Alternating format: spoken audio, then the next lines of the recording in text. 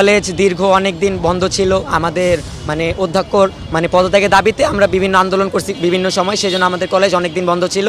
তো আমাদের কলেজ যখন যথারীতি শুরু হয় তো ওদের কলেজের পেজ থেকে বা ওদের বিভিন্ন পার্সোনাল আইডি থেকে আমাদেরকে কেন্দ্র করে বিভিন্ন হুমকি দামকি দেওয়া হয় যে আমাদেরকে কটাক্ষ করে।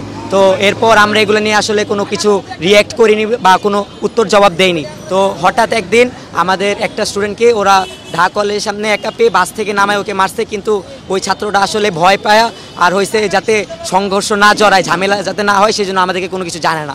কিন্তু ওই ছেলেটাকে দেখার পরে সবাই মানে একটু ইয়া করে অ্যান্ড আমাদের হ্যাপি আর্কেডের নিচে 4টা ছেলেকে ওই ঢাকা কলেজের ছেলেকে একা পেয়ে আমাদের স্টুডেন্টরা মারে। এরপর ওকে একা পেয়ে ঢাকা কলেজ স্টুডেন্টরা মারে। এই নিয়ে একটা দুই কলেজের ভিতর আসলে একটা মৌলমালিন্য সৃষ্টি হয়। তো আজকে আমাদের স্টুডেন্টরা যখন ওই সাইড দিয়ে আসতেছিল তো একটা স্টুডেন্টকে বাস থেকে নামায় ওর পিঠে ছুরিঘাত করা হয় অ্যান্ড আরেকটা স্টুডেন্টকে মুখে বড় আকারের একটা ইট মেরে ওর মুখের অর্ধেকটা অংশ প্রায় মানে নষ্ট করে দেওয়া হয়। ওর মুখের মাঝখান থেকে একটা পুরো সেলাই পড়ে গেছে অ্যান্ড সার্জারি করা ছাড়া ওই ছেলের ফেসটা আসলে কোনো দিনই ঠিক হবে না। তো এটা দেখার পরে আসলে আমাদের কলেজের ছাত্ররা ক্ষিপ্ত হয়। প্রাণ কফি ক্যান্ডি, কররা কফির কঠিন স্বাদে হাইকে বলো বাই। প্রাণ কফি ক্যান্ডি, হাইকে বলো বাই।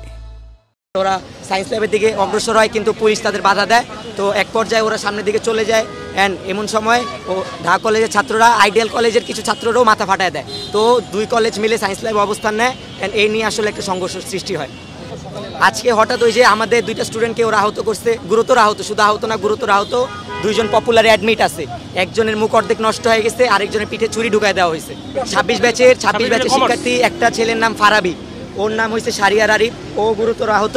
কিন্তু আসলে কারা কি করছে পুলিশ এই ব্যাপারে কোনো অ্যাকশন নেয় নাই এখন পর্যন্ত।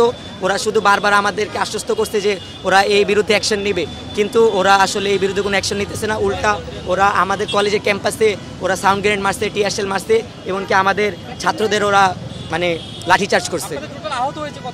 আমাদের টোটাল প্রায় 10 জনের কাছাকাছি আহত, কিন্তু এর ভিতর 2 জন গুরুতর আহত।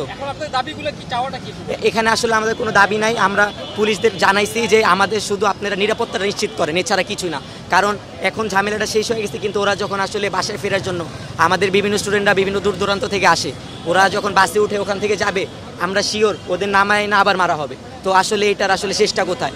আসলে ওরা আমাদের কোনোভাবে কোনো সেফটি দিতে পারতেছে না অ্যান্ড ওরা আসলে বায়াসড হয়ে কাজগুলো করতেছে। ওরা আমাদের এখানে টিয়ার শেল মারে, আমাদের এখানে ছাত্রদের লাঠিচার্জ করে, কিন্তু ওখানে আসলে ওরা কোনো রকম অ্যাকশন নিতে পারতেছে না।